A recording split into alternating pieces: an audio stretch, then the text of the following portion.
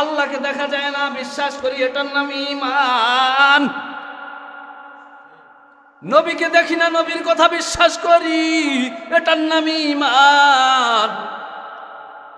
কবরের ভিতরে মাটির নিচে কি হয় এটা তুমি আর আমি দেখি না, বিশ্বাস করি, বিশ্বাস করার নাম ঈমান। জান্নাত দেখি না, বিশ্বাস করি, এটার নাম ঈমান। হাসরের ময়দান আছে, দেখি না, বিশ্বাস করি, এটার নাম হচ্ছে ঈমান। কোরআনের আয়াতগুলা পড়ি কোরআন পড়ি বুঝি, কোরআনের মধ্যে কি আছে সবকিছু বুঝি না, তারপরও কোরআনটার উপর আমাদের বিশ্বাস আছে না নাই, সেটার নাম হচ্ছে ঈমান। আরেকটু জোরে কোন সুবহানাল্লাহ, আর কণ্ঠ ছেড়ে কোন সুবহানাল্লাহ। এ মুসলমান ইমানদার, জবান থেকে যখন আল্লাহকে রাজি আর খুশি করার জন্য একবার সুবহানাল্লাহর আওয়াজ আওয়াজ আওয়াজ যখন তোমার জবান থেকে তুমি দিলা, আল্লাহ তাআলা রব্বুল আলামিন সুবহানাল্লাহ নামক তোমার নামে একখানা গাছ তৈরি করে দিস। আরেকটু আস্তে কর। এ মুসলমান ইমানদার, টাকা দিয়া গাছ বানানো যায় না রে মুমিন, টাকা দিয়া গাছ কেনা যায়, সাধারণ দুনিয়ার গাছ, আর টাকা ছাড়াই জান্নাতি গাছ তোমার পাওয়া যায় আমার রবের কাছে। দুনিয়ার জমিনের মধ্যে টাকা পকেটে আছে, বাজারে যাও, গাছ কেন লাগাও, হইল মইরা গেলে গেল, পরে কপালে হাত দিয়ে কয় এতগুলো টাকা দিয়ে গাছ কিনলাম, গাছটা মরে গেছে, বাঁচাইতে পারলাম না। এবার একটু চিল্লায় বলতে হবে বাঁচানোর মালিক কে? তোমার টাকা দিয়ে কাজ হবে নি, কারণ তোমার ওই টাকা আল্লাহর আদালতে কবুল হয় নাই, গাছ তোমার মরে গেছে। এবার তুমি চিন্তা করো, হাজার হাজার টাকা দিয়ে গাছ কিনলাম, গাছ নাই। কথা বলো। আর তুমি একবার যদি আল্লাহর ঘরে বসিয়া সুবহানাল্লাহর আওয়াজ জবান যখন দিয়া দাও, আল্লাহ তাআলা বলে বান্দা টাকা দিয়া দুনিয়ার গাছ কেনাই করো, গাছটা মরে যায়, আর আমি আল্লাহর কাছে যখন সুবহানাল্লাহ বলো, সুবহানাল্লাহর গাছ আমি আল্লাহ তোমার জন্য বানায়া দেই। এ মুসলমান ইমানদার, এমন একটা রাত সবে বরাত নামক যে জিনিসটা আমরা চিনি, আমরা মনে করি যে সবে বরাত এই রাতটা বড় মহামূল্যবান একটা রাত। একমত না ভিন্ন মত যে এই রাতটা বড় দাম? কেমন দাম একটু হাদিসের মধ্যে বুঝাই দেখি, এই রাতটার মধ্যে কেমন দাম। আল্লাহ সুবহানাহু ওয়া তাআলা বলেন, দুনিয়ার মানুষেরা শোনো শোনো, আমি আল্লাহ তোমাদেরকে প্রতিদিন আমি আল্লাহ গুনাহ থেকে বাঁচায়া দেই, গুনাহগুলা মাফ করে দেই, কিন্তু এমন একটা রাত যেই রাতে আমি দুই শ্রেণীর মানুষ ছাড়া সব মানুষের দোয়া কবুল করে নেই। এ মুসলমান ইমানদার, এই রাত্রে আল্লাহ তাআলা প্রথম আসমানে আসে, আয়েশা ডাক দিয়ে বলে বান্দা বান্দিরা কে আছো, আমার কাছে গুনাহ থেকে মাফ চাও, আমি আল্লাহ তোমার জিন্দেগীর গুনাহগুলা মাফ করে দিব। এতগুলা মানুষের সুবহানাল্লাহর আওয়াজ, আল্লাহ তাআলা বলে দুনিয়ার মানুষ কে আছো গুনাহগার, গুনাহ থেকে বাঁচার জন্য আমার কাছে তওবা করো। যখন বান্দা তুমি আমার কাছে তওবা করবা, তখন আমি আল্লাহ তোমার তওবাটা কবুল করে নিব। আল্লাহ তাআলা ডাক দিয়া বলে দুনিয়ার মানুষ কে আছো অভাবী, আমার কাছে আজকে রাত্রে চাও, তোমার অভাব দূর করে দিব। কে আছো অসুস্থ, আমি আল্লাহ তোমাকে বানাইলাম সুস্থ। মাঝখানে পরীক্ষা দিয়া তোমারে বানাইলাম অসুস্থ। হে মুমিন, কে আছো অসুস্থ? আমার কাছে চাও, আমি আল্লাহ তোমার অসুস্থতা দূর করে তোমাকে সুস্থতা দান করে দিব। কে আছো ঋণগ্রস্ত? আমার কাছে চাও, আমি আল্লাহ তোমার ঋণ পরিশোধ করার চেষ্টা করে দিব। কারণ আল্লাহর কাছে চাওয়ার মতো চাইলে আল্লাহ খালি হাতে ফিরায় না। এজন্য মুমিনারা আজকে রাতটা তোমরা ইবাদতে মশগুল হও, ইবাদত করো, আল্লাহর কাছে তওবা করো, 2 ফোঁটা চোখের পানি ফালাও। বান্দা, তুমি যদি আল্লাহর কাছে 2 ফোঁটা চোখের পানি ফালাইতে পারো, আল্লাহ তাআলা রব্বুল আলামিন তোমার সমস্ত দোয়াখানাকে কবুল করে নিবি। এবার আসুন, কয় ফোঁটা চোখের পানি? জোরে বলেন। এইবার আসুন, চোখের পানির কত দাম। আল্লাহ তাআলা বলে, দুনিয়ার মানুষেরা শোনো, দুনিয়ার জমিনের মধ্যে কোথাও আগুন লাগলে দুনিয়ার পানি দিলে, দুনিয়ার পানি দেওয়ার পর দুনিয়ার আগুন নিভে যায়। আর আমি আল্লাহ জাহান্নামের আগুন, দুনিয়ার সব পানি মিলাইলেও জাহান্নামের 1 বিন্দু পরিমাণ আলো কমবে না, আগুন কমবে না। বান্দার এই জাহান্নামের আগুন মুমিন বান্দার 2টা চোখের পানির ফোঁটায় কমে যায়। আল্লাহ আল্লাহ ক্যা মুবারক নাম হায়, আল্লাহ আল্লাহ তু মেরা নাম সত্তার হায়, আল্লাহ আল্লাহ তু মেরা মাশুক হায়, আল্লাহ আল্লাহ তু মেরা নাম সত্তার হায়। আল্লাহ তাআলা বলে, দুনিয়ার মানুষ, আমি হলাম সত্তার, আমি হলাম জব্বার, আমি হলাম খালিক, আমি হলাম মালিক, আমি হলাম কুদ্দুস। এ দুনিয়ার মানুষেরা আমাকে একটু ডাক। যখন বান্দার আমাকে ডাকবি, জাহান্নামের ভয় যখন তোর 2 চোখের পানি পড়বে, আমি আল্লাহ আমার কুদরতি অন্তর ঠান্ডা হয়ে যাবে।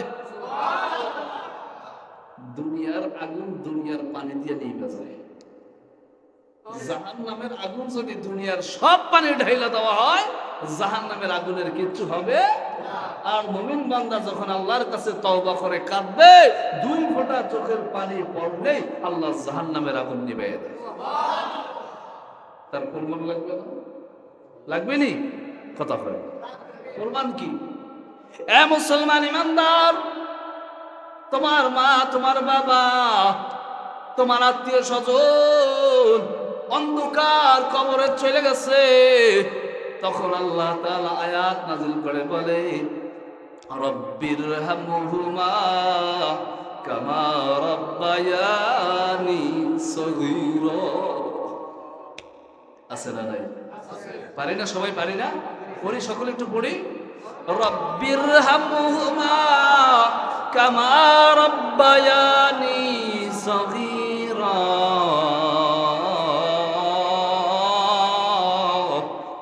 আল্লাহ তাআলা বলে, দুনিয়ার মানুষ,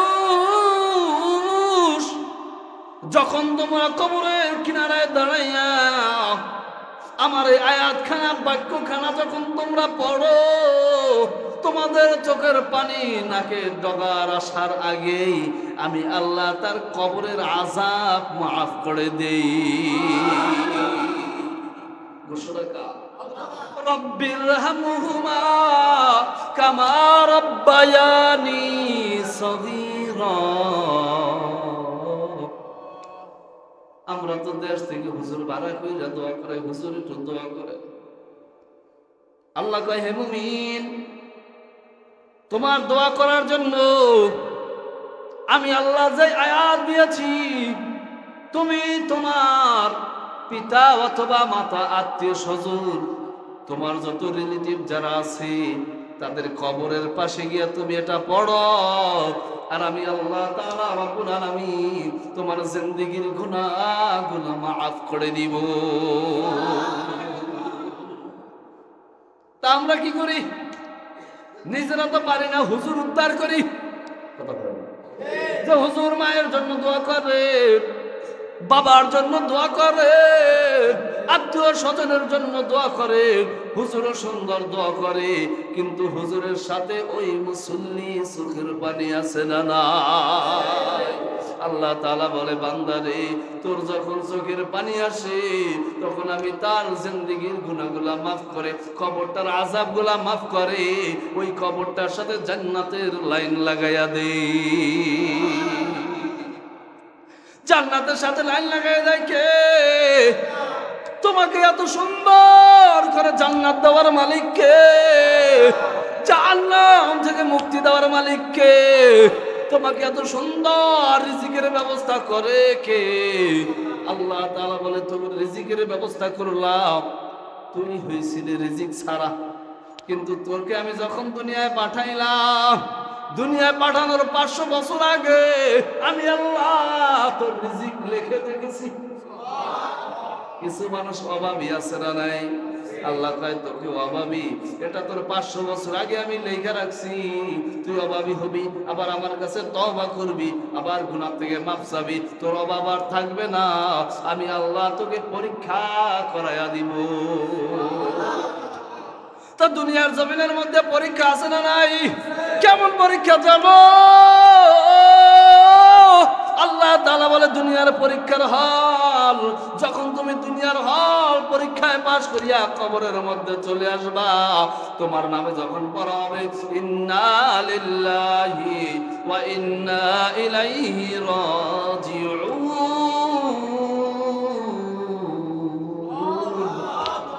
আল্লাহ তাআলা বলে, দুনিয়ার সুন্দর বাক্য আজানের ছিল কোথায়? যখন তুমি ভূমিষ্ঠ হইছো, তোমার ডান কানে আজান আছে না নাই? বাম কানে ইকামত আছে না নাই? এ মুসলমান ইমানদার আল্লাহর গোলাম, বান্দা যখন দুনিয়ায় ভূমিষ্ঠ হয় তখন বান্দার জবান থেকে আল্লাহর নাম কানের কাছে আছে না নাই? বাম কানে ইকামতের শব্দ আছে না নাই? বান্দা যখন মরে যায় তখন তার নামের পাশে ইন্না লিল্লাহি ওয়া ইন্না ইলাইহি রাজিউন আছে না নাই? তাহলে বোঝা গেল, বান্দা যখন ভূমিষ্ঠ হয় তখন বান্দার কাছে সুন্দর করে যেমন আল্লাহ আল্লাহ বলে শব্দ আছে না নাই? বান্দা যখন মরে যায় তখন আল্লাহর কোরআনের আয়াত আছে না নাই? তাহলে শুরুতেও কোন সূরাতে আল্লাহ পাওয়া যায়, আবার মৃত্যুর সময় সুন্দর করে কোরআনের আয়াত পাওয়া যায়, কিন্তু মাঝখানে 50 বছর মাতবাড়ি আছে না নাই? জোরে বলে, আর একটু জোরে বলে। দুনিয়ার জমিনে ভূমিষ্ঠ হইলাম, বাম কানে ডান কানে আযান, বাম কানে ইকামত, দুনিয়া 50 বছর শেষ, মরে গেছে, ইন্না লিল্লাহি ওয়া ইন্না ইলাইহি রাজিউন আছে না নাই? কিন্তু শুরুতেও আযান, শেষেও যে কোরআনের আয়াত, এত সুন্দর আল্লাহ সুবহানাহু ওয়া তাআলার মুখের ভাষা, শুরু এবং শেষ। আর মাঝখানে 50 বছর নামাজ নাই, মাঝখানে 50 বছর রোজা নাই, মাঝখানে 50 বছর মানুষের অত্যাচার আছে না নাই? কিন্তু তুমি মাঝখানে 50 বছর গ্যাপে এত সুন্দর কাজ করলা, এবার জান্নাত আছে না নাই? আর যদি খারাপ কাজ হইয়াই যায় তোমার জন্য জাহান্নাম অপেক্ষা আছে না নাই? এইবার আসুন, এই রাত্রের কত দাম, শবে বরাতের রাত এত সুন্দর, আল্লাহর রাসূল একবার বিশ্ব পয়গম্বর আখির নবী শেষ নবী হযরতে মুহাম্মদুর রাসূলুল্লাহ সাল্লাল্লাহু আলাইহি ওয়াসাল্লামের বিবি ছিল 11 জন। কত? কয়জন? জোরে বলেন। 11 জন বিবি ছিল। আল্লাহর রাসূল মসজিদে নববীর ভিতরে আলোচনা করার পর আল্লাহর রাসূল সুন্দর করে তার বিবির ঘরে চলে গেছে। বিবির নাম হলো আয়েশা। বিবির নাম কি? কি মনোযোগ কি নষ্ট হয়ে গেছে? এদিকে তাকাই করবে।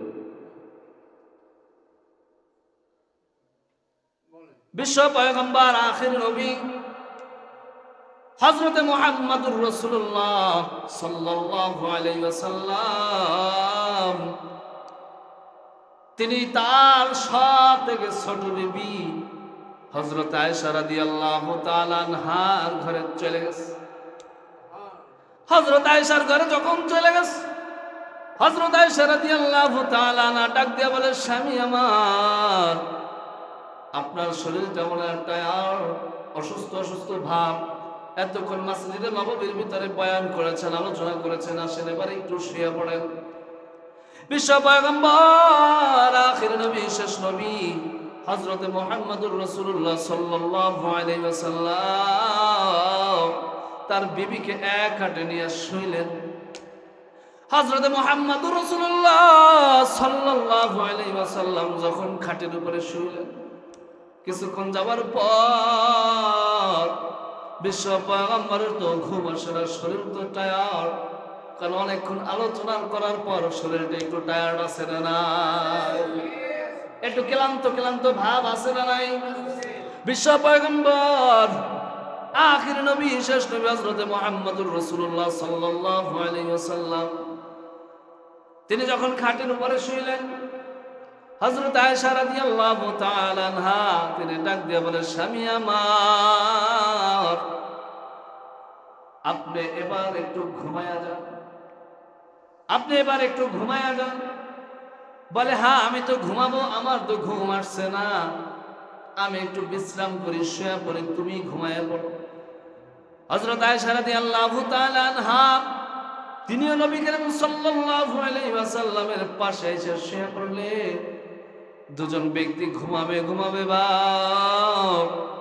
হযরত আয়েশা রাদিয়াল্লাহু তাআলা আনহা তার চোখে যখন ঘুম চলে আসছে, বিশ্ব পয়গম্বর চিন্তা করলেন, বিবি আমার ঘুমায় গেছে, এবার আমি যাই একটু হাঁটা চলা করে কবর জিয়ারত করে আমার মুমিন উম্মতের জন্য একটুখানি দোয়া করে আসি। বিশ্ব পয়গম্বর আখির নবী হযরত মুহাম্মদুর রাসূলুল্লাহ সাল্লাল্লাহু আলাইহি ওয়াসাল্লাম আস্তে করে খাট থেকে বের হইছে, ঘরের দরজাটা খুললেন।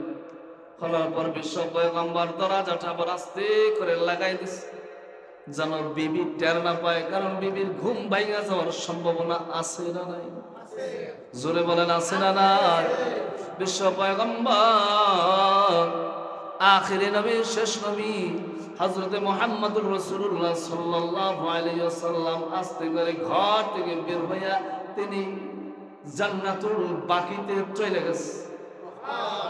আর একটু জোরে কর। জান্নাতুল বাকিতে যখন চলে গেল, বিশ্ব পয়গম্বর আখির নবী, শেষ নবী হযরত মুহাম্মদুর রাসূলুল্লাহ সাল্লাল্লাহু আলাইহি ওয়াসাল্লাম তিনি যখন জান্নাতে বাকির মধ্যে চলে গেছে, হাদিস শরীফের ভিতরে এমন আছে, বিশ্ব পয়গম্বর আখির নবী, শেষ নবী তিনি যখন জান্নাতুল বাকির মধ্যে কবরস্থানে চলে গেছে, যাওয়ার পর তার উম্মতের জন্য দুইটা হাত আস্তে আস্তে করে করে করে করে আসমানের দিকে দুইটা হাত তুলে আমার মালিকের সাথে দোয়া করে। আর একটু চিল্লায় বলে, বিশ্ব পয়গম্বর আখির নবী যখন আসমানের দিকে দুইটা হাত তুলে তার উম্মতের জন্য যখন দোয়া করে, ইতিমধ্যে হযরত আয়েশা রাদিয়াল্লাহু তাআলা আনহা তার ঘুমটা ভেঙে গেছে। ঘুমটা ভেঙে যাওয়ার পর খাটের পাশে হাত লাগায়া দেখতেছে বিশ্ব পয়গম্বর তার পাশে আর নাই। হযরত আয়েশা রাদিয়াল্লাহু তাআলা আনহা তিনি মনে মনে চিন্তা করে যে বিশ্ব পয়গম্বর আমাকে এত ভালোবাসে, আমার পাশে শুনল, একত্রে ঘুমাইলাম, আমাকে ফাঁক দিয়ে চলে গেছে, তাহলে কই গেছে? মহিলাদের একটু বুদ্ধি আছে না নাই? আরে কত করে আছে না নাই? চিন্তা করতেছে, নবী আমাকে এত মহব্বত করে, একত্রে শুইলাম, আমাকে ফাঁক দিয়ে চলে গেছে, তাহলে কই যেতে পারে? মহিলার ধারণা। তিনি চিন্তা ভাবনা কইরা দেখতেছে যে নবীর তো আরো 10টা বিবি আছে। কয়টা? আমি সহ 11টা, আরো তো 10টা আছে, তাহলে মনে হয় অন্য কোনো বিবির ঘরে গেল নি? কথা বলে না। সন্দেহ আছে না নাই? এগুলো আমাদের সমাজে মনে হয় নাই আছে। তাহলে এই ঝামেলা সব জায়গায়। আজকে নতুন না, 1450 বছর আগের ঘটনা, ঠিক কিনা বলেন? তাহলে মহিলাদের দোষ দিয়ে লাভ নাই, আসেনি? দোষ আমাদের। দোষ কার? আরে কথা কয় না, দোষ কার? ভাগ দিয়ে আমি তার সাথে সন্দেহ করবো, কথা কয় না। মহিলাদের একটু ভালো পাওয়া লাগে না, এত আর যেন না শোনে, ঠিক না? কথা কয় না। ভাগ দিয়ে আমি, তাহলে সন্দেহ তো করবে, ঠিক কিনা বলে? তিনি চিন্তা করবেন, একত্রে শৈলা ওইটা চলে গেল। কোথায় গেল? আর এক দূর হয়ে গেছে। ওই যে ধারণা চিন্তা,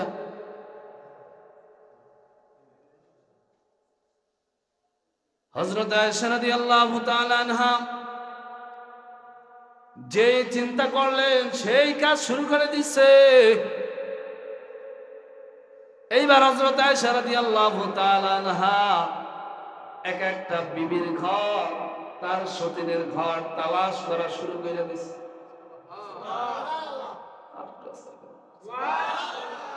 কি করা শুরু করছে?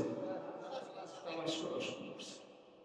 যে স্বামী ঘুমাইল আমার কাছে, উঠে গেল, খুঁজি, ঠিক আছে খুঁজি। একজন, দুইজন, তিনজন, চারজন, পাঁচজন করে করে করে যখন বিশ্ব পয়গম্বর আখির নবী, শেষ নবী হযরত মুহাম্মদুর রাসূলুল্লাহ সাল্লাল্লাহু আলাইহি ওয়াসাল্লামের 10 জন বিবির ঘর চেক করা হয়ে গেছে, বিশ্ব পয়গম্বর এবার কোথাও নাই। আরেকটু জোরে কর। এইবার লাগছে ভয়। এবার লাগছে কি? ভয়। কেন? কারণ আছে না নাই? কারণ আমি ঘুমাইলাম, আমার মা জানে, অথবা আমার বিবি জানে, অথবা আমার ভাই জানে যে এখানে ঘুমাইলে আমার ভাই, আমার স্বামী, আমার বাপ অন্য ঘরে যাইতে পারে, ওই ঘরে, ওই ঘরে, ওই ঘরে, ঠিক না? তালাশ করতে খুঁজা দেখে 3 ঘরে কোনো ঘরে নাই। এখন একটা টেনশন আছে না নাই? যে এই 3 ঘরের মধ্যে যাওয়ার কথা, যেহেতু 3 ঘরে নাই, কোথায় গেল? দেশের পরিস্থিতি তো ভালো না, ঘুমাই এক জায়গায়, লাশ পায় আরেক জায়গায়। আর এটা কি এখন না 1400 বছর আগে? এখনো মিললে মিলতেও পারে, জানি না। তাহলে ঘুমায় এক জায়গায়, লাশ পায়, যায় এক জায়গায়, খোঁজে,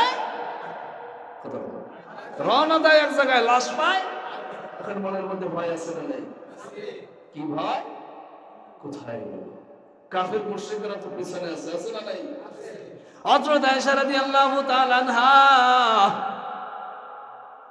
তিনি যখন খুঁজতে খুঁজতে কোথাও পায় না, এক পর্যায়ে গিয়ে দেখতেছে যে বিশ্ব পয়গম্বর জান্নাতুল বাকির মধ্যে, কবরস্থানের মধ্যে আল্লাহর কাছে 2টা হাত তুলে যখন তার উম্মতের জন্য দোয়া করে, আর দেখে বিশ্ব পয়গম্বর তার উম্মতের জন্য 2 চোখের পানি ফালায়া কান্না করে। এইবার হযরত আয়েশা তিনি জান্নাতুল বাকির গেটের কাছে দাঁড়াইছে, দেখতেছে বিশ্ব পয়গম্বর তিনি তো 2টা হাত তুলে রবের কাছে দোয়া করে যে রব, আমার যত উম্মত আছে সব উম্মতের কবরের আযাবগুলো তুমি মাফ করে দাও, আমার যত উম্মত আছে তাদের হায়াত বাড়ায় দাও, আমার যত উম্মত আছে তাদেরকে সুস্থতা দান করে দাও, আমার যত উম্মত আছে তাদের রিজিকের ব্যবস্থা করে দাও, আমার যত উম্মত আছে তাদেরকে তুমি কুদরতি হাতে হেফাজত করে দাও। এই দোয়াটা করছে কে? আল্লাহ রাসূল দোয়া করছে আল্লাহর কাছে। আল্লাহ রাসূল যতক্ষণ দোয়া করছে ততক্ষণ হযরত আয়েশা জান্নাতুল বাকির গেটের কাছে দাঁড়ায় ছিল। বিশ্ব পয়গম্বরের দোয়া শেষ, এবার যখন বের হয়ে আসবে তখন দেখতেছে হযরত আয়েশা দাঁড়ানো। বিশ্ব পয়গম্বর জিজ্ঞেস করল, আয়েশা রে, তুমি এখানে আমাকে খোঁজ করার জন্য আসছো? বলে হ্যাঁ। বিশ্ব পয়গম্বর জিজ্ঞাসা ফেলছে, ও বিবি আমার, তুমি মনে করছো আমি অন্য বিবির ঘরে গেছি? বলে হ্যাঁ। সুবহানাল্লাহ নাই? আর আমাদের সমাজে যদি বিবিরে জিগাইতাম, বিবিরে তুই কি আমারে খোঁজ করার লাগি আইছো? কইবে না। আমারে সন্দেহ করছো? কইবে না। যে কয়টা জিগাইবেন এই কয়টা মিথ্যা কথা আছে না নাই? আল্লাহ রাসূলের বিবি বললেন, হ্যাঁ আমি তো সন্দেহ করছি যে আপনি অন্য বিবির ঘরে গেছে। আমি অন্যের বিবি ঘরে গেলাম, তাই দেখি আপনি নাই, কিন্তু আপনার আয়েশা দেখলাম আপনি জান্নাতুল বাকিতে আপনি গুনগুন করিয়া কান্দে আর জানি কি দোয়া আল্লাহর কাছে করে। বিবিরে ডাক দিয়া বলে, বিবি আমার, আমি দোয়া করছি আমার উম্মতের জন্য, উম্মতের জন্য দোয়া করেছি, কারণ আমার উম্মতেরা আমি একদিন থাকবো না, আমি দুনিয়ার মায়া ত্যাগ করে আখিরাতের দিকে চলে যাব, কিন্তু আমার পরে এখানে আর কেউ থাকার মতো নাই। আমার উম্মতেরা থাকবে, উম্মতেরা কেমনে জান্নাতে যাবে, উম্মতেরা কেমনে খাবে, উম্মতেরা কেমনে চলবে, উম্মতেরা কেমনে হাঁটবে, উম্মতেরা কেমনে কবরে আযাব ভোগ করবে। এজন্য আমি আল্লাহর রাসূল জান্নাতুল বাকিতে আইসা, কবরস্থানে আইসা এক আল্লাহর কাছে দোয়া করলাম। সাদু ঠান্ডা হয়ে গেছে, মনে করাই দেবেন? হায়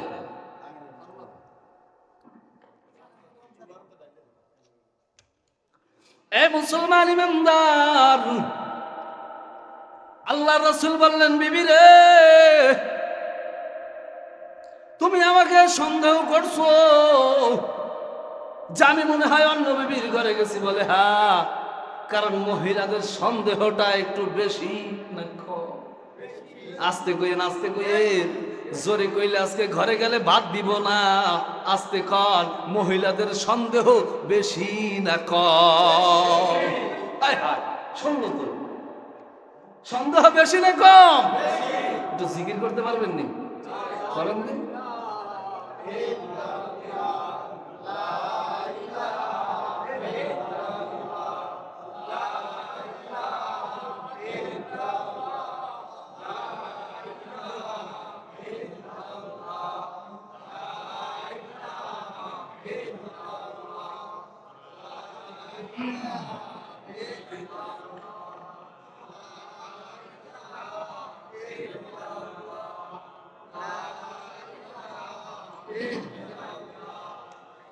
লা ইলাহা ইল্লাল্লাহ, লা ইলাহা,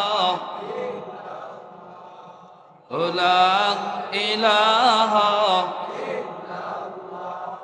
সুবহানাল্লাহ, আলহামদুলিল্লাহ, লা ইলাহা, লা ইলাহা, লা ইলাহা, লা ইলাহা, লা ইলাহা, লা ইলাহা, লা ইলাহা ইল্লাল্লাহু মুহাম্মাদুর রাসূলুল্লাহ সাল্লাল্লাহু আলাইহি ওয়াসাল্লাম। তাহলে জিমাই গেছে মনে হয়। এ মুসলমান ইমানদার, শবে বরাতের রাত এত সুন্দর, এত সুন্দর, এত সুন্দর, যে রাত্রি বছরে একবার আসে কয়বার? জোরে বলেন কয়বার? বছরে শবে বরাতের রাত একবার হয়। বছরে শবে কদরের দিন আছে না নাই? বছরের মধ্যে শুক্রবার আছে না নাই? বছরের মধ্যে সোমবার রাত্রি আছে না নাই? বছরের মধ্যে বৃহস্পতিবার রাত্র আছে না নাই? এজন্য আল্লাহ সুবহানাহু ওয়া তাআলা 12টা মাসের মধ্যে বিভিন্ন রাত্রে বিভিন্ন সময় রাতের বড় দাম, বড় দাম, বড় দাম। কারণ কি? মুসলমান ইমানদার, আল্লাহ তাআলা যেই দিনগুলো নির্দিষ্ট করে বানায় রাখছে, কিছু কিছু নির্দিষ্ট দিনের বড় দাম হয়। সুবহানাল্লাহ। কিছু কিছু নির্দিষ্ট রাতের বড় দাম হয়, কিছু কিছু নির্দিষ্ট সময়ের বড় দাম। যেই দামের ভিতরে বছরে একবার ঘুরে আসে শবে বরাতের রাত, সেই রাত্রটাই আজকে বড় দাম। রাত্র তো প্রতিদিন পাও, রাত্র তো প্রতিদিন হয়, রাত্র তো প্রতিদিন ঘুমাই, রাত্র তো প্রতিদিন ইশার নামাজ পড়েই ঘুমায় যায়, রাত্র তো সব সময় আল্লাহর কাছে তওবা করা হয় না, রাত্রে তো আল্লাহর কাছে সব সময় চাওয়াও হয় না, প্রত্যেকটা রাত্রে বয়ান হয় না। রাত্র কিছু নির্দিষ্ট হওয়ার কারণে রাত্রে মাঝে মাঝে বরকতওয়ালা আল্লাহ যেদিন তৈরি করে দেয়, সেদিন কোরআন হাদিসের আলোচনা হয়ে যায়। যেমন আজকে রাত্র শবে বরাতের রাত, এই রাত্র আগামীকাল থাকবে নাকি? এখন যদি চিন্তা করেন, হুজুর মসজিদে আসছি, ঘুমে ধরছি, মোনাজাত ধরেন, শেষ। ও বন্ধু, এই রাতটার মতো আগামীকাল আর রাত থাকবে না। থাকবে? এই রাতটার মতো দাম, এত দাম, এত দাম, আগামীকালকের রাত্র থাকবে না। এই রাতটার মতো এত আমলওয়ালা রাত আগামীকাল থাকবে না। আজকে যে বয়ান চলতেছে আগামীকাল রাতেও থাকবে না। এমন আজকে যেভাবে 10 মায়ের 10 সন্তান জুড়ে মিলে একই মজলিসে যেভাবে কষ্ট করে বৈশা আছে, এই বসাটা আগামীকাল থাকবে না। আগামীকাল তো দূরের কথা, জীবনে আর কোনোদিন বসতে পারবা এমন কোনো গ্যারান্টি কেউ দিতে পারবে না। তাহলে বুঝলেন, যে সময় যেটা পাও তখন তুমি সেটাকেই কুড়াইয়া না। কারণ হায়াতের বড় দাম, হায়াত দেওয়ার মালিক কি? আজকে রাত্রে এখানে বসলাম, আলোচনা শুনলাম, নামাজ পড়লাম, এই রাতটার যে দাম, আবার আগামী বছর জুড়ে মিলে একই মজলিসে বসতে পারবো এমন কোন গ্যারান্টি আছে? কেউ হিম্মত দিয়ে বলতে পারবেন যে আমি পয়সা থাকবো? জোরে বলেন বাঁচানোর মালিক কে? জোরে বলেন বাঁচানোর মালিক কে? হায়াতের মালিক কে? এজন্য আল্লাহ তাআলা বলে, দুনিয়ার মানুষ, তোমাদের জন্য আমি আল্লাহ কোরআন দিয়ে দিয়েছি। যেই কোরআন আমি আল্লাহ তোমাদেরকে দান করেছি, এই কোরআন আর আমি কাউকে দেই নাই। আরে একটু জোরে কথা যাবে না? যেই কোরআনটা তোমাদেরকে আমি আল্লাহ দিলাম, এই কোরআন আমি আল্লাহর কাউকে দেই নাই। দুনিয়ার বছর, দুনিয়ার বয়স কত হাজার হাজার বছর হয়ে গেছে, কিন্তু তুমি কি একটু চিন্তা করছো দুনিয়ার শুরু থেকে এই পর্যন্ত কত হাজার হাজার হাজার বছর চলে গেছে, কত আসমানি কিতাব চলে গেছে। তুমি কি একটু বিবেক খাটায়া চিন্তা করছো যে আল্লাহ তোমাকে আমাকে কত মোহাব্বত করিয়া আমাদের জন্যই শেষ কিতাব দিছে? চিন্তা করা যায়? চিন্তা করা যায় যে আল্লাহ তোমাদেরকে এত সুন্দর কিতাব দিছে, আল্লাহর কোরআন, যা আল্লাহ তাআলার মুখের ভাষা, এত সুন্দর একটা কালাম আল্লাহ, যেই কিতাবটা আল্লাহ দুনিয়া বানাইছে কি 1 বছর, 2 বছর, 100 বছর, কত বছর, হাজার বছরের বেশি। তারপর আখিরি নবী, শেষ নবী হযরতে মুহাম্মদুর রাসূলুল্লাহ সাল্লাল্লাহু আলাইহি ওয়াসাল্লাম উম্মত হিসাবে আমরা পেয়ে আল্লাহর কোরআন পাইলাম, এজন্য খুশি না বেজার? চিন্তা করা যায়? আসমানি কিতাব, কত কিতাব চলে গেছে, 5টা কিতাবের নাম বলতে পারবো না, কিন্তু শ্রেষ্ঠ কিতাব যে আল্লাহ কোরআন দিয়েছে, যেটা আল্লাহ সুবহানাহু ওয়া তাআলার মুখের ভাষা। সুবহানাল্লাহ পড়ে। আল্লাহকে কোনোদিন দেখছেন? দেখা যায়? বিশ্বাস আছে না নাই? তার জবানের ভাষা এই কোরআন। সুবহানাল্লাহ পড়ে। এটা কি বোঝা যায়? সেই বোঝার মতো শক্তি কি আমাদের নাই? আছে, কিন্তু আমরা বোঝার চেষ্টা করি। এ মুসলমান ইমানদার, এত সুন্দর কিতাব আল্লাহ সুবহানাহু ওয়া তাআলা আমাদেরকে দান করলেন। শত শত হাজার হাজার বছর চলে গেছে, তারপরও কিন্তু আল্লাহর কিতাব তারা পায় নাই।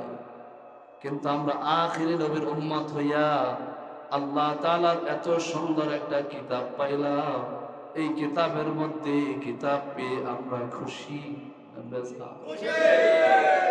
কারা কারা খুশি? তারা তারা দুইটা হাতে লড়া দেন, দুইটা হাতে লড়া দেন, হাত নামায় দেন যে আল্লাহর এত সুন্দর কিতাব, যেই কিতাবটাকে বলা হয় কালামুল্লাহ। কালামুল্লাহ শব্দের অর্থ হলো আল্লাহর কিতাব, কালামুল্লাহ শব্দের অর্থ হলো আল্লাহর কোরআন, কালামুল্লাহ শব্দের অর্থ হলো আল্লাহর মুখের ভাষা। দুনিয়াটা এত হাজার হাজার বছর হয়ে গেছে, এই কোরআন আগে কেউ পায় নাই, কিন্তু আখিরি নবী, শেষ নবী হযরতে মুহাম্মদ রাসূলুল্লাহ সাল্লাল্লাহু আলাইহি ওয়াসাল্লামের উম্মত হিসাবে আমরা এই কোরআন পেয়েছি। নিজেদেরকে ধন্য মনে হয়, কারণ দুনিয়ার জমিনের মধ্যে কত নবী আর রাসূল আইসা গেল লক্ষাধিক। দুনিয়ার জমিনের মধ্যে কত লক্ষাধিক নবী আর রাসূল আইসা গেছে, কিন্তু নবী আর রাসূলরা এই কিতাবটা পায় না। এই কিতাবটা শুধু পাইছে আখিরি নবী, শেষ নবী হযরতে মুহাম্মদুর রাসূলুল্লাহ সাল্লাল্লাহু আলাইহি ওয়াসাল্লাম, যিনি হলেন শেষ নবী, তিনি হলেন আখিরি নবী। আনা খাতামুন নাবিয়্যিন লা নাবিয়্যা বা'দি। আল্লাহর রাসূল বললেন, আমি হলাম শেষ নবী, আমার পরে আর কোন নবী আসবে না, কিন্তু আমার পরে একদল মানুষ থাকবে, আল উলামা ওয়ারাসাতুল আম্বিয়া। উলামায়ে কিরাম যারা থাকবে তারাই হলো আমি নবী, আমার ওয়ারিস। নবীর ওয়ারিস হইল কারা? আলেম ওলামারা, পীর মাশায়েখ যারা আছে তারা হলেন নবীর ওয়ারিস।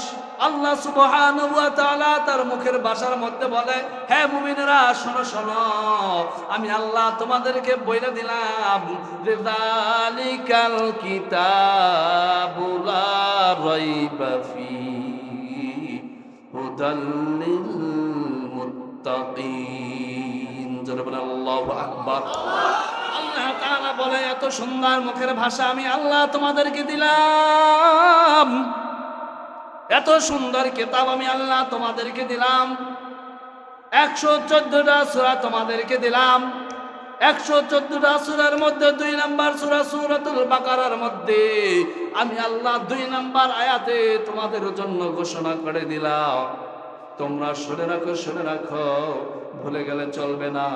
তোমরা শুনবা, আমি আল্লাহ এই কোরআনের মধ্যে সূরা বাকারা 2 নম্বর সূরা 2 নম্বর আয়াতের মধ্যে আমি ঘোষণা করে গেলাম, যালিকাল কিতাবু লা রাইবা ফীহি। আল্লাহ তাআলা বলে, দুনিয়ার জমিনের মধ্যে এমন কেউ নাই, এমন কোন বৈজ্ঞানিক নাই, এমন কোন সাহিত্যিক নাই, এমন কোন ইঞ্জিনিয়ার নাই, এমন কেউ নাই, কেউ নাই যেই বান্দা কোরআন থেকে একটা ভুল বের করবে, যেই বান্দা কোরআন থেকে একটা ভুল, একটা লাল কলমের কালি, একটা জের পর্যন্ত ভুল বের করবে, আমি আল্লাহ তেমন ফাঁক এই কোরআনের মধ্যে রাখি নাই। 6666 খানা আয়াত আমি আল্লাহ যেমনি কোরআনের মধ্যে ঢুকিয়ে দিয়েছি, 114 খানা সূরা আমি আল্লাহ যেমনি কোরআনের মধ্যে ঢুকিয়ে দিয়েছি, আমি আল্লাহ সুবহানাহু ওয়া তাআলা তোমাদের জন্য সুসংবাদ দিলাম, যালিকাল কিতাবু লা রাইবা ফী। সুবহানাল্লাহ। এত সুন্দর করে আমি আল্লাহ তোমাদের জন্য পাঠে পাঠে পাঠে পাঠে আমি আল্লাহ কোরআনটাকে নাযিল করলাম। এত সুন্দর করে আমি আল্লাহ কোরআনের আয়াতগুলো ব্যাখ্যা করলাম, মনে হয় যেন দুনিয়ার জমিনের মধ্যে কবিতা আছে না নাই? হাট্টিমা টিম টিম, তাদের খাড়া দুইটা শিং, তারা মাঠে ভরে ডিম আছে না নাই? কবিতার সাথে কথার সাথে কোনো মিল নাই। কথা বলে কবিতার সাথে কথার সাথে কোনো মিল নেই, আছে? আবার অনেক কবিতার বইয়ের মধ্যে কবিতা থাকে, কিন্তু কবিতার ব্যাখ্যা বের করতে গেলে ব্যাখ্যা পাওয়া যায় না। কিন্তু আল্লাহ তাআলা বলে আমি এক একটা সূরার মধ্যে এমন সুন্দর করে কন্ডিশন করে করে আয়াতগুলো নাযিল করলাম, একটার পরে একটা চলে যাবে, সুন্দর সুন্দর অর্থ এবং তাফসীর বের হয়ে যাবে। কিন্তু এই কোরআন থেকে অপব্যাখ্যা করা যাবে না। এই কোরআনের মধ্যে আমার রব কোনো ভুল রাখে না, কারণ এই ঘোষণাটা কে করেছে? আর একটু চিল্লায় বলেন, কে করেছে? এজন্য আমার রব বলে শোনো, তোমাদের জন্য আমি আল্লাহ এত সুন্দর করে আয়াত নাযিল করলাম, তোমাদের জন্য আমি আল্লাহ 114 সূরা নাযিল করলাম, তোমাদের জন্য আমি আল্লাহ 6666 খানা আয়াত নাযিল করলাম, কিন্তু এখানে ভুল ধরার মতো কেউ, জোরে বলেন। একবার বিশ্ব পয়গম্বর আখির নবী শেষ নবী হযরত মুহাম্মদ রাসূলুল্লাহ সাল্লাল্লাহু আলাইহি ওয়াসাল্লাম মসজিদে নববীর ভিতরে নামাজ আদায় করে, নামাজের মধ্যে কোরআন তেলাওয়াত আছে না নাই?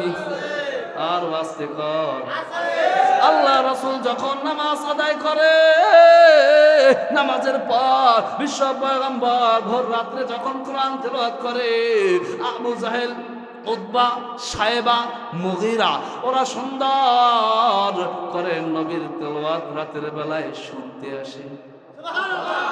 আর একটু জোরে বলা যাবে না?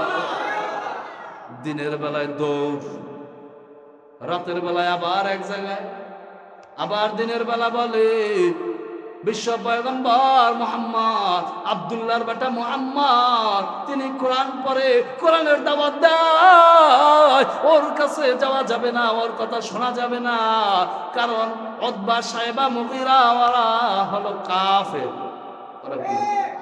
ওরা কি? নবীর কথা শোনা যাবে না বলে। হ্যাঁ ঠিক আছে। সারাদিন ঘুর ঘুর ঘুর ঘুর করে নবী দাওয়াত দেয়, নবীর কথা তাদের ভালো লাগে না, ইসলামের কথা ভালো লাগে না, কোরআনের কথা ভালো লাগে না। রাতের বেলা যখন হয়, রাত্র যত গভীর হয়, ওদের মন আল্লাহ তাআলা আস্তে আস্তে নরম করে দেয়। চিন্তা করতেছে, দিনের বেলায় যত বিরোধিতা করছি, আমার দলের লোকেরা রাত্রে তো কেউ নাই, সবাই ঘুমায়, রাত্রে তো কেউ নাই, এইবার মুহাম্মদ তো রাত্রে কোরআন তেলাওয়াত করে, যাই একটু কোরআন তেলাওয়াত শুনে আসি। আর কিছু বলা যাবে না। আবু জাহেল, উতবা, সায়েবা, মুগীরা বড় বড় লিডার, রাত্র যখন অন্ধকার হয়ে গেছে, বিশ্ব পয়গম্বর যখন কোরআন তেলাওয়াত করে, আবু জাহেল একদিকে, উতবা একদিকে, মুগীরা একদিকে, সব বড় বড় লিডার গুলা ঘরের চতুর্পাশে আস্তে আস্তে কইরা তেলাওয়াত শুনতেছে। বিশ্ব পয়গম্বর কোরআন তেলাওয়াত করে, কোরআন তেলাওয়াতের এত মজা, বিশ্ব পয়গম্বর কোরআন তেলাওয়াত করে, কোরআনে কত মজা। কোরআন তেলাওয়াত শুনতে শুনতে ফজর হয়ে গেছে, কোরআন তেলাওয়াত করতে করতে ফজর হয়ে গেছে। আবু জাহেল দেখতেছে মুগীরা দেখতেছে আরেক লিডার দেখতেছে আরেক লিডার, ডাক দিয়ে বলে কি ব্যাপার, তোমাদের না বললাম যে তোমরা দিনের বেলায় নবীর মুহাম্মদের বিরোধিতা করো, রাতের বেলায় কোরআন শোনো। কারে বেটা তুই কি বুঝছ না আমারে কি বলে? আমি আসছি যে তুই আসছিস কিনা এটা দেখার জন্য। বলে তুই আইছো কেন? বলে আমি আইছি তুই আইছো কিনা দেখার জন্য। আবার আরেকটারে জিজ্ঞাসা তুই আইছো কা? বলে তুই আইছো কিনা তোরে পরি দেওয়ার জন্য। সুবহানাল্লাহ। কিন্তু আল্লাহর মুহাব্বত, কোরআনের সম্পর্ক যার সাথে আছে তার মুহাব্বত আল্লাহর সাথে আছে। দাদা এইবার বলতেছে ঠিক আছে, আজকে দিন সামনে গেছে গেছে, কারো কাছে বলিস না। যদি কারো কাছে বলো তাহলে তো আমাদের আর লিডারগিরি থাকবে না। বলে ঠিক আছে চল এবার বাড়ি যাই, ওরা দেখার আগে তাড়াতাড়ি চল। দৌড় জারি আলাপ দৌড়ার ঠিক কর, এক দৌড়ে বাড়ি। সারাদিন বিশ্ব পয়গম্বর আবার যখন কোরআনের দাওয়াত দেয়, আবার বিশ্ব পয়গম্বরকে পরীক্ষা করে এইভাবে না আরেকভাবে, আরেকভাবে না আরেকভাবে, আরেকভাবে না আরেকভাবে।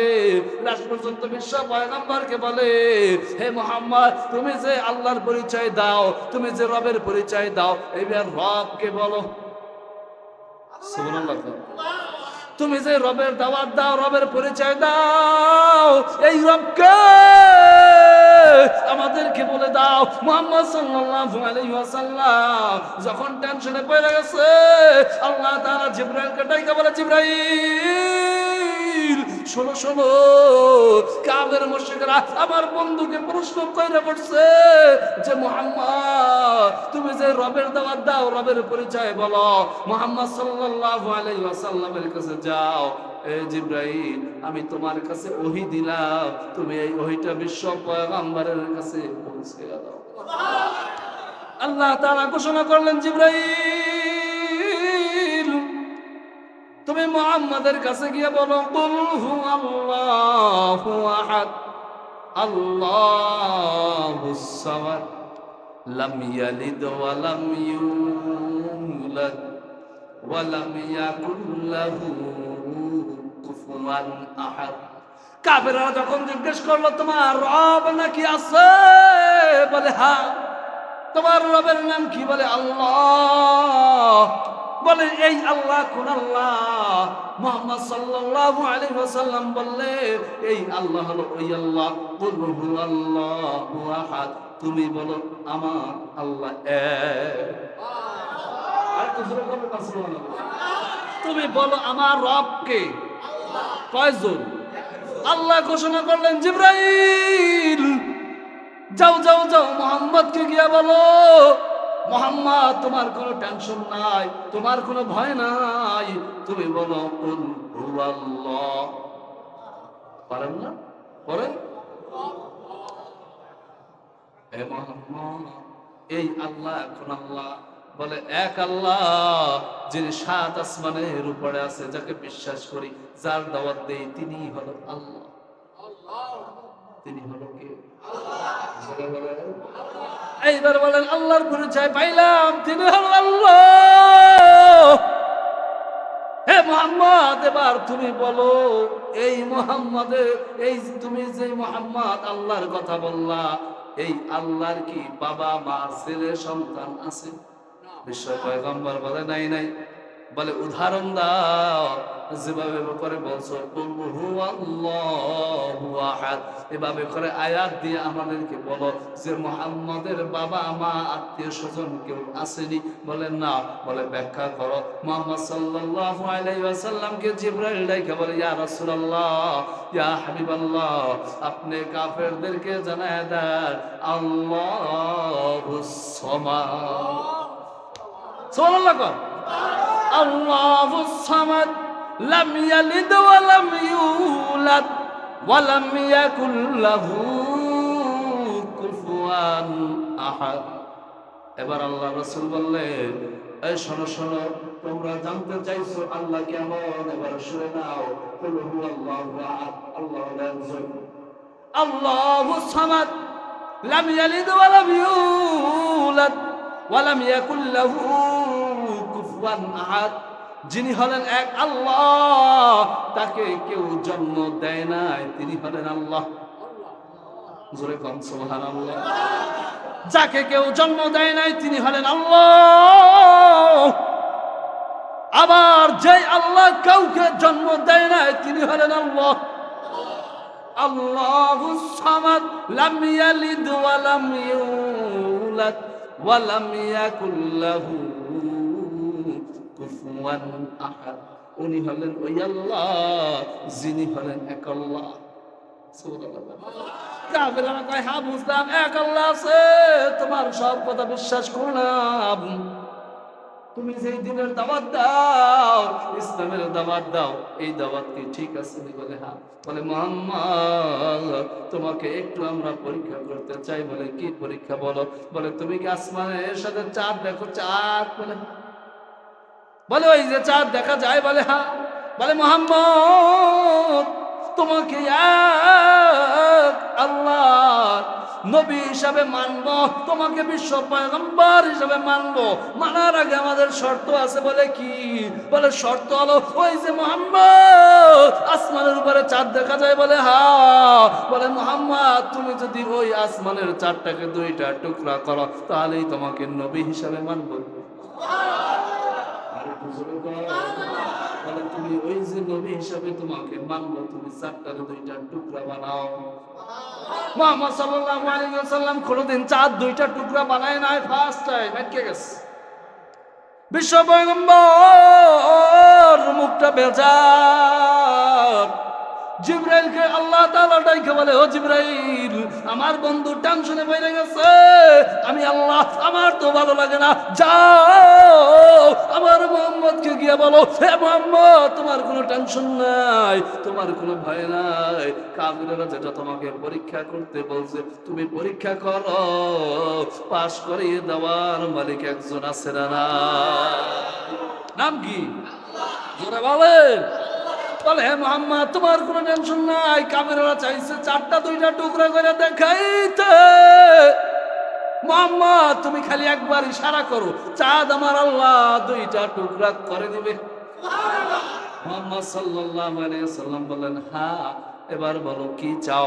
বলে আসমানে চাঁদ আছে। বলে হ্যাঁ চাঁদ আছে। বলে দুইটা টুকরা করো। বলে হ্যাঁ। বলে আসো আমার পাশে দাঁড়িয়ে যাও। যখন পাশে দাঁড়িয়ে গেল বিশ্ব পয়গম্বর আসমানের দিকে তাকায়, ডান হাতটা দিয়া যখন তা আঙ্গুল দিয়া ইশারা করলো, শাহাদাত আঙ্গুল দিয়া যখন আসমানের দিকে যখন চাঁদের দিকে ইশারা করছে, আল্লাহ তাআলা আসমান থেকে জিবরাইলকে ডাইকা বলে জিবরাইল মুহাম্মদকে ভয় করতে নিষেধ করবা, টেনশন করতে নিষেধ করবা, যখন মুহাম্মদ আসমানের দিকে শাহাদাত আঙ্গুল ইশারা করবে আমি আল্লাহ তাআলা রব্বুল আলামিন আসমানের চারটা দুইটা টুকরা করে দেব। এইবার মুহাম্মদ সাল্লাল্লাহু আলাইহি ওয়াসাল্লাম গোরা শক্ত না নরম? গোরা শক্ত না নরম? কারণ তার সাথে কে আছে? আপনার সাথে বড় নেতায় যদি কয়ে যাও এখান থেকে বাজারে যাও, তোর সাথে আমি আছি, আমার গা গরম না ঠান্ডা? কারণ কি? আমার সাথে নেতা আছে। আল্লাহ বললেন হে জিবরাইল মুহাম্মদকে বলে দাও যে মুহাম্মদ তুমি আসমানের দিকে হাত ইশারা করবা আর দেখবা আসমানের চাঁদ আমি আল্লাহ করে দিলাম। মুহাম্মদ সাল্লাল্লাহু আলাইহি ওয়াসাল্লাম যখন আসমানের দিকে হাতটা উঠাইছে, উঠানোর সঙ্গে সঙ্গে কাফের মুশরিকরা দেখতেছে যে আসমানের সুন্দর গোল আকারে একটা চাঁদ দেখা যায়। ওই চাঁদটা যখনই বিশ্ব পয়গম্বর শাহাদাত আঙ্গুল দিয়ে ইশারা করছে তখনই চাঁদ দুইটা টুকরা হয়ে গেছে। আর একটু জোরে কর। এবার মুহাম্মদকে ডাক দিয়ে বলে মুহাম্মদ তোমাকে এতদিন শুনলাম তুমি জমিনে জাদু লাগাও, এখন তুমি কি আবার আসমানে জাদু লাগাইছো? বলে না না না, আমি কোনো জাদুকর নয়, আমি আল্লাহ আমাকে যতটুক দেয় আমি আমার উম্মতের জন্য ততটুক ব্যবহার করি। কারো কোনো ক্ষমতা নাই, ক্ষমতা কার? এখানে চেয়ারে বসার মতো ক্ষমতা নাই, ক্ষমতা দিয়েছে কে? আর জোরে বলেন কে? এজন্য মুসলমান, যালিকাল কিতাবু লা রাইবা ফীহি, যে আমি তোমাদের কেমন কিতাব দিলাম যে কিতাবের মধ্যে কোনো কি নাই? জোরে বলেন, কিতাবের মধ্যে কি নাই? কিতাবের মধ্যে কোনো ভুল নাই। হুদাল্লিল মুত্তাকিন, আমি আল্লাহ মুত্তাকিনদের জন্য এই কিতাবটা বড় দামি করে দিলাম। মুত্তাকিনদের জন্য আমি আল্লাহ এই কিতাবটা দিলাম, যারা এই কিতাবটা মানবে তারা তো মুত্তাকি হিসেবে গণ্য হয়ে যাবে। আল্লাযীনা ইউমিনুনা বিল গায়বি ওয়া ইউকিমুনাস সালাতা ওয়া মিম্মা রাযাকনাহুম ইউনফিকুন। আল্লাহ তাআলা বলেন, কিতাবের মধ্যে তো কোনো ভুল নেই, কিতাবের মধ্যে তো কোনো সন্দেহ নেই। আমি আল্লাহ এই কিতাবের মধ্যে যা যা রেখেছি তার ভিতর থেকে তোমাদের জন্য 4টা জিনিস বড় দাম। এতগুলো মানুষ এত আছে, কয়টা জিনিস? আল্লাহ তাআলা বলে, শোনো, 2 নম্বর সূরা, সূরা বাকারা 2 নম্বর আয়াতে ঘোষণা করলাম এই কিতাবের মধ্যে ভুল নাই, কিতাবের মধ্যে সন্দেহ নাই। কিতাবটা মানবে যারা মুমিন হবে, কিন্তু এই কিতাবের মধ্যে 4টা জিনিস তোমাকে মানতেই হবে। কিতাবের মধ্যে 4টা জিনিস যদি তুমি না মানো, হে মুমিন, তুমি মুমিন হতে পারবে না। কিতাবের মধ্যে প্রথম যে 4টা জিনিস আছে, এই 4টা জিনিস যদি তুমি না মানো, তুমি মুমিন হতে পারবে না। মুমিন হতে হলে 4টা জিনিস মানতে হবে। 1 নম্বরে আল্লাহ তাআলা বলেন, আল্লাযীনা ইউমিনুনা বিল গায়ব। 1 নম্বরে আল্লাহ তাআলা বলেন, সর্বপ্রথম ঈমান আনতে হবে। আমরা এখানে বসছি, আমাদের ঈমান আছে না নাই? জোরে বলেন, আমরা হলাম ঈমান ওয়ালা। জোরে বলেন, আমরা হলাম কি ওয়ালা? আর জোরে বলেন, আল্লাযীনা ইউমিনুনা বিল গায়ব। 1 নম্বরে মুমিন বান্দা ঈমান আনতে হবে কার জন্য? আল্লাহ এখানে শুধু আল্লাহর জন্য বলে নাই, মুফাসসিরে কিরাম ব্যাখ্যা করেছে। এখানে আল্লাহ সুবহানাহু ওয়া তাআলা বলেছে, আল্লাযীনা ইউমিনুনা বিল গায়ব। মুফাসসিরে কিরামগুলো ব্যাখ্যা করে বলেন, এ মুমিনের দল, শোনো শোনো, আল্লাহ তাআলা এখানে বলেছে, আল্লাহ সুবহানাহু ওয়া তাআলা এখানে বর্ণনা করেছে, আল্লাযীনা ইউমিনুনা বিল গায়ব। এখানে আল্লাহ তাআলা সর্বপ্রথম বলেছে গায়বের উপর ঈমান আনা। সুবহানাল্লাহ, গায়বের উপর ঈমান আনা। আল্লাহকে দেখা যায় না, ঈমান আছে না নাই? বাতাস দেখা যায় না, অনুভব করা যায়, বাতাসের উপর ঈমান আছে না নাই? কবরে আযাব দেখি না, কবরে আযাবের উপর ঈমান আছে না নাই? জান্নাত দেখি না, জান্নাতের উপর ঈমান আছে না নাই? হাশরের ময়দান দেখি না, হাশরের ময়দানের উপর ঈমান আছে না নাই? এখানে সংক্ষেপে বললাম এজন্য যে আল্লাহ তাআলা এখানে বলেছে গায়বের উপর ঈমান আনতে। সংক্ষেপে মোট কথা হলো, 2 চোখে যা দেখি আর নাই দেখি সবার উপর ঈমান আনা, এটার নাম বিশ্বাস করার নাম হলো ঈমান। 2 চোখে যা দেখি আর নাই দেখি সেটার নাম কি? ঈমান। আর জোরে বলে, সেটার নাম কি? ঈমান। শুধু একটাই নয়, আল্লাহ তাআলা আরো বলে, ওয়াইয়ুকিমুনাস সালাত, নামাজ প্রতিষ্ঠা করো। নামাজ কি করো? প্রতিষ্ঠা করো, নামাজ কায়েম করো। নামাজের কথা আসলেই তো সবার মন খারাপ, এই তো নামাজকে উঠতে পারে, ঠিক কিনা? শরম লাগে নাকি? নামাজের কথা আসলেই মন খারাপ। আল্লাহ বলছে নামাজ পড়ো, আগে ঈমান আনো তারপর নামাজ পড়ো। কিন্তু নামাজ পড়তে আসলেই মসজিদ খালি। এইখানেই তো সমস্যাটা নাকি? তারপর আমরা চেষ্টা করব, আজকে তওবা করব, নামাজ পড়ার সিদ্ধান্ত নেব। পারবো না ইনশাআল্লাহ? জীবন বার নামাজ পড়তে পারে না, আজকে তওবা করে আল্লাহর কাছে মাফ চাইব। দুই চোখের পানি ফেলে কান্নাকাটি করব। পারবো ইনশাআল্লাহ? তাহলে ইয়াকুমুনাস সালাত ওয়া মিম্মা রাযাকনাহুম ইউনফিকুন। আল্লাহ তাআলা তোমাকে এমন রিজিক দিল, ওই রিজিক থেকে আল্লাহর রাস্তায় খরচ কর। এটার নাম ঈমান। এটার নাম কি? আল্লাহ তোমাকে রিজিক দিছে, দিছে না? কথা হয় কি রিজিক দিছে? টাকা পয়সা, অর্থ সম্পদ, ঘর বাড়ি, সব তোমাকে কে দিয়েছে? জোরে বলে। এটা তো তোমার রিজিকের মধ্যে। এটা তোমার কিসের মধ্যে? রিজিকের মধ্যে। এই রিজিকের মধ্যে আল্লাহ তোমাকে দিল, এই রিজিক তুমি কি করবা? আল্লাহ তাআলা বলে, এই রিজিক আমি আল্লাহ আমার রাস্তায় খরচ করব।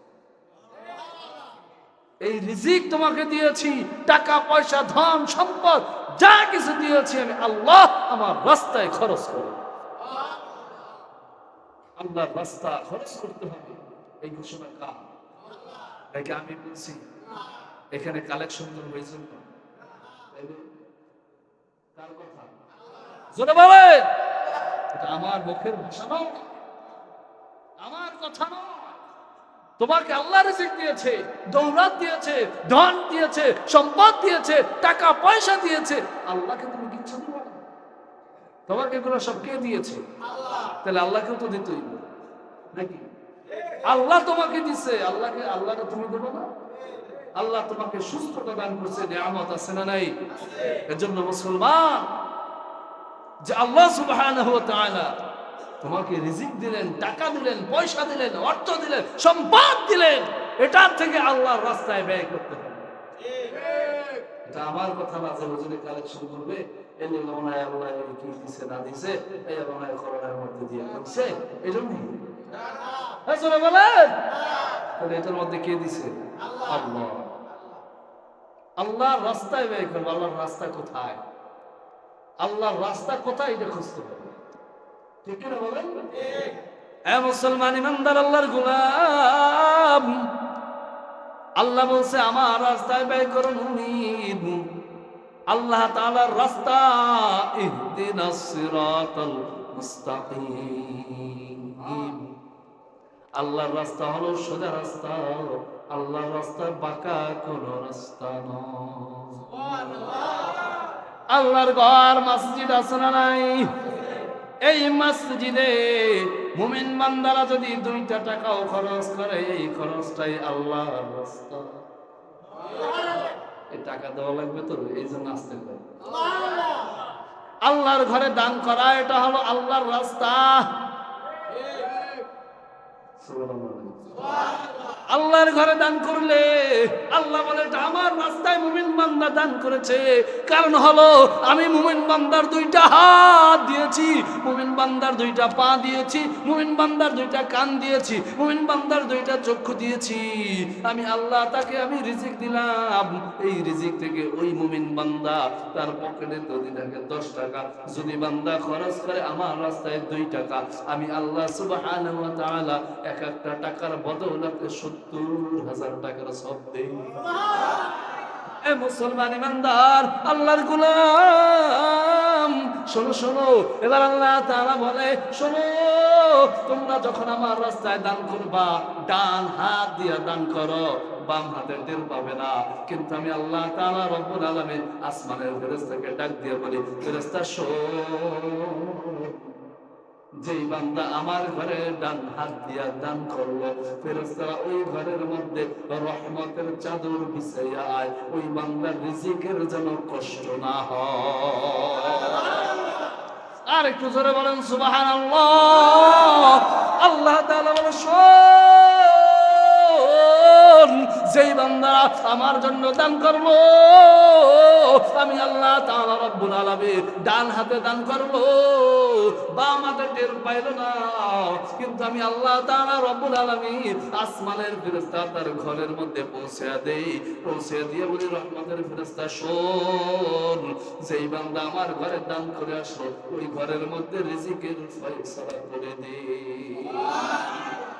আরেকটু জোরে বলো সুবহানাল্লাহ। এ মুসলমান ইমানদার, কথা বললেই তো বেজার হওয়ার সুযোগ নাই। দান করার কথা বলছে কে? আরেকটু জোরে বলো। যদি টুকটাক কিছু চাওয়া হয় দিতে পারবেন? কথা কয় না, কথা কয় না। এ মুসলমান, পকেট আছে না নাই? পকেটের মধ্যে টিয়া আছে নি? কথা কয় না। সবাই বিসমিল্লাহ বলে, দুই পকেটে দুইটা হাত আস্তে করে ঢুকিয়ে দেন। কই? বিসমিল্লাহ করে দেন, একটু দেন বাবা দেন। যার পকেটে যা আছে একটুখানে দেন, পকেটের মধ্যে হাত দেন, একটু পকেটে হাত দেন। পকেটে কি নাই নাকি খালি? খালি। আরে বাবা, ইজ্জত শেষ। এ মাইক ঠিক করছেন জানি কয়টা হবে? হায় হায়, 1,000 টাকা খরচ করে মাইক লেগেছে, মাইকের টাকা উঠবে না? হ্যাঁ, আয় হায়, ইজ্জতের গোড়ায় পানি নাই। এতক্ষণ অস্করিয়া এই কি কি শুরু হয়েছে? নারায়ে তাকবীর, লিল্লাহি তাকবীর। হুজুরে বয়ান করে গেছে, এটাই আমি 100 পিছনে বিসমিল্লাহ কে আনতেন। 1,000 টাকা দিয়ে মাইক ঠিক করে আনছে, একটু দিবেন না? এতক্ষণ কথা বললাম, গলা শেষ। আল্লাহ যারা দান করতেছে, আল্লাহ তাদের দানখানাকে কবুল করুন। চিল্লায় বলেন আমিন। এ মুসলমান ইমানদার আল্লাহর গোলাম, যার পকেটে যা আছে বিসমিল্লাহ কই একটু দেন, ওই হিন্দুটা হালেলুয়া।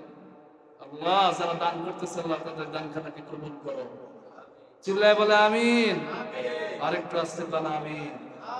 ভাইরা আমার, বাবারা আমার, শুনে রাখেন, বলে গেলে চলবে না রে মুমিন।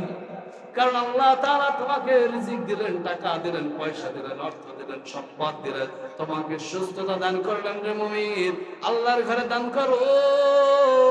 পকেটে যদি থাকে, থাকা সত্ত্বেও আল্লাহর ঘরে দিয়ে যাও। আজকে খাস করে গুনাহগারের হাতটা দিয়ে আল্লাহর কাছে দোয়া করবে, আল্লাহ গো, তুমি যেই বান্দারা দান করে সকলের দানখানাকে কবুল করো। চিল্লায়া বলে আমিন। আর একটু জোরে বলেন আমিন। যাদের কাছে টাকা আছে তারাই তো টাকা দিতে আছে। সুবহানাল্লাহ কর, আলহামদুলিল্লাহ কর, আল্লাহু আকবার কর। এ মুমিনেরা শোনো, টাকা পয়সা নিয়ে কবরে যাওয়া যাবে না, টাকা পয়সা ধুয়ে যাইতে হবে। আজকে মরে গেলে তোমার টাকা থাইকে যাবে, এই টাকা নিয়ে ভাগ বন্টন করতে হবে। হে মুমিনা শোনো, আল্লাহর ঘরের জন্য দাও। অর্থাৎ তুমি মসজিদের মাইকটা নষ্ট ছিল এখন, মসজিদের মাইকটা ছিল এতদিন নষ্ট, চলে নাই। শাহমাদ ভাই আমারে ফোন দিয়ে কয় হুজুর মাইকের অবস্থা শেষ।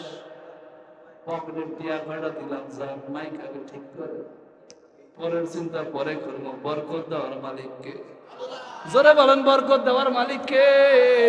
এজন্য শরমের লজ্জা ফলাইয়া লাভ নাই। কারণ আল্লাহর ঘরে 10টা টাকা, যে ইমানদা 10 টাকা দিচ্ছে, এই 10 টাকার কত দাম বলবনি? শোনো শোনো, যেই বান্দার আছে 20 টাকা, সে 2 টাকা অনেক।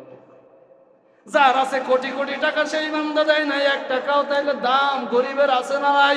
গরিবে যখন দান করে, তাহলে বড় লোকের 500 বছর আগে জান্নাত ধরে। গরিবে যখন দান করে, বড় লোকের 500 বছর আগে কি ধরে? জান্নাত ধরে। হে মুমিন, আল্লাহর ঘরের জন্য টাকা চাইলাম, বেজার হলো না। আমারে টাকা দেওয়া লাগবে না, আমার জন্য টাকা লাগবে না, আমার জন্য টাকা চাই না। টাকা চাইলাম কার? জোরে বলেন, সব দেবে কে? আমার জন্য টাকা বাবা লাগবে না, তারপর আমি আল্লাহর ঘরের জন্য টাকাটা উঠাইলাম। এজন্য সবাই খুশি না? খুশির আওয়াজ কি আসতে হয় নাকি জোরে হয়? তাহলে কণ্ঠ ছাইরা বলো, তোমরা খুশি না বেজার? এইবার খুশির আওয়াজ দিয়ে আল্লাহকে ডাক দিয়ে বলো আল্লাহ। আর একটু কণ্ঠ ছাইরা বলো আল্লাহ। এ মুমিনেরা শোনো, আল্লাহর ঘরের জন্য দান করলা, আল্লাহকে রাজি খুশি করলা, এমন রাত্রে আইসা আল্লাহকে খুশি করলা, যেই রাত্র চোখের পানি ফালাইলে আমার আল্লাহ তাআলা গুনাহগুলা মাফ করে করে দেয়।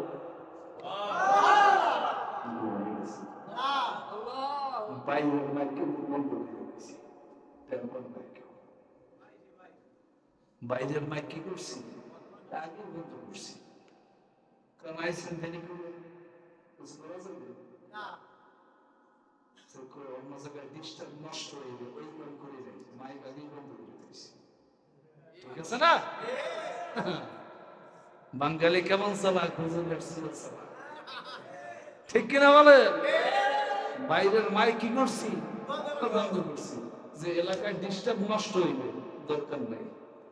ঘুমে ধরছে না? এই ইবাদতের বড় দাম। কোন ইবাদত বলি, বলবো নাকি? এতক্ষণ বসছেন, নামাজও কিন্তু বাকি দেখছি, কারণ আসবেন, আলোচনা শুনবেন, মোনাজাত দেব, তাবারক হয়ে বাড়ি যাবেন, নামাজ পড়বেন না, এটা আমি করি। নামাজ বাড়তেই ওটা পরে পড়াবো, কি ঠিক আছে?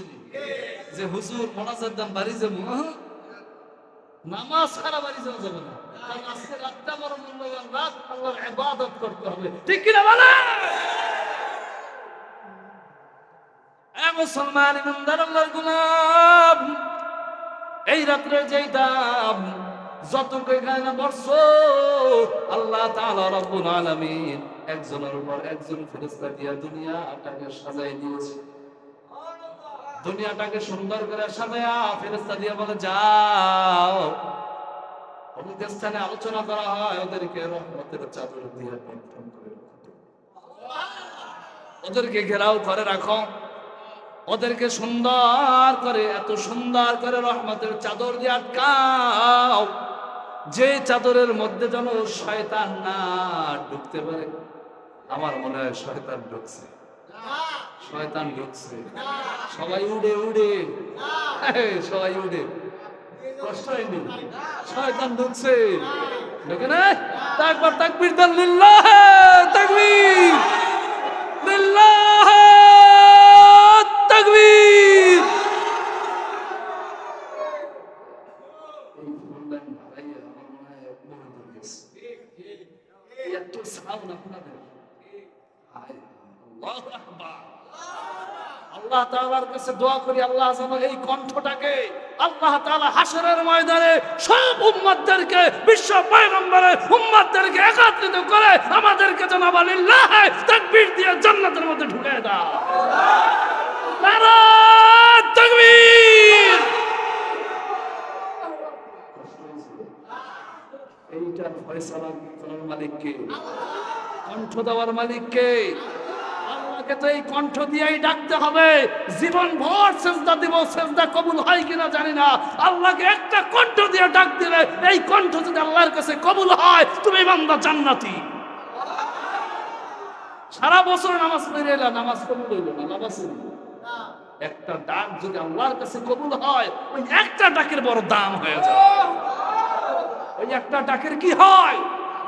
বড় দাম হয়ে যায়।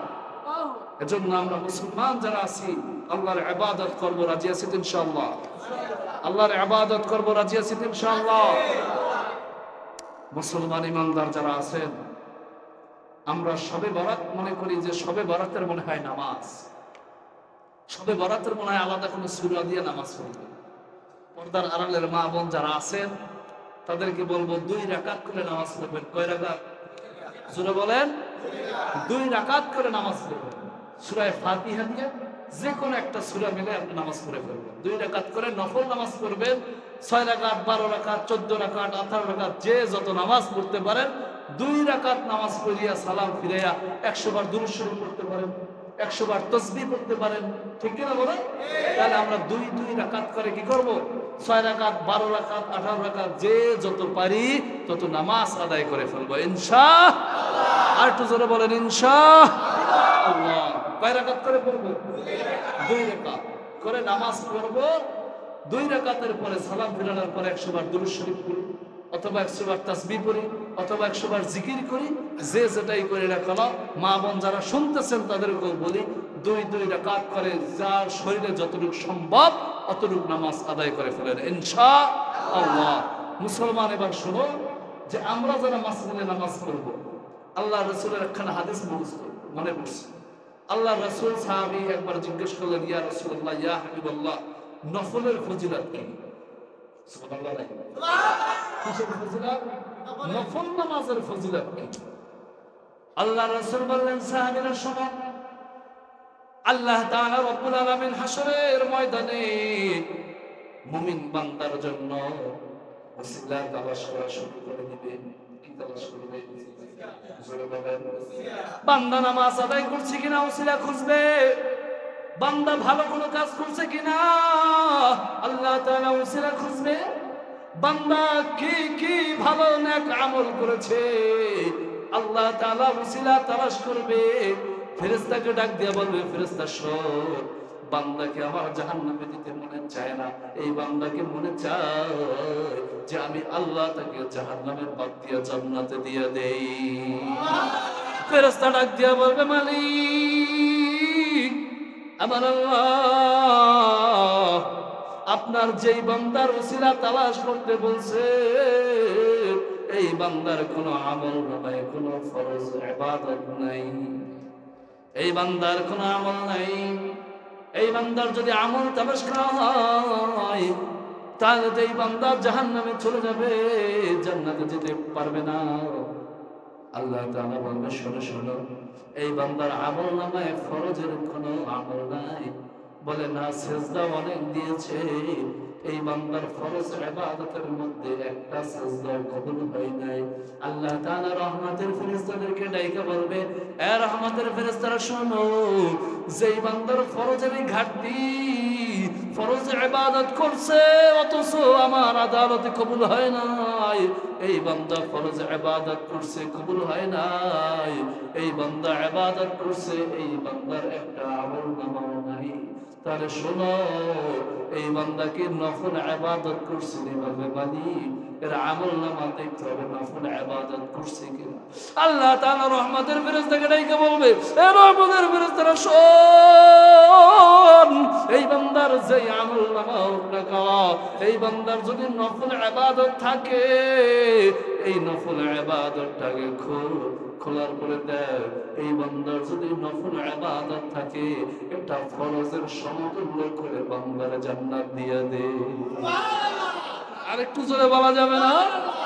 আল্লাহ তাআলা বললেন, শোন, নফল ইবাদত করছে, নফলে ঘাটতি হোক, ফরজে ঘাটতি হয়ে গেছে, ফরজ ইবাদত কবুল হয় নাই, এই বান্দার নফল ইবাদত যতটুকু করছে এটা কবুল কর, সুন্দর করে লিপিবদ্ধ কর, এটা সুন্দর ফরজের সমতুল্য করে এই বান্দাকে জান্নাত পর্যন্ত তোরা পৌঁছাইয়া দিবি। তাহলে আল্লাহ আমাদেরকে জাহান্নাম দিতে চায় না, আল্লাহ আমাদেরকে জান্নাত দিতে চায়। কি দিতে চায়? জোরে বলেন, কি দিতে চায়? এজন্য আমরা নফল নামাজ বাদ দিব না। 2 রাকাত, 4 রাকাত, 6 রাকাত, 12 রাকাত, 14 রাকাত, যে যতটুকু পারি পড়ব, পড়ার পরে আল্লাহর কাছে দোয়া করব, মালিক আপনি আমাদের সকলের দোয়া খানকে কবুল করে না। পারবো না? ইনশাআল্লাহ পারবো না?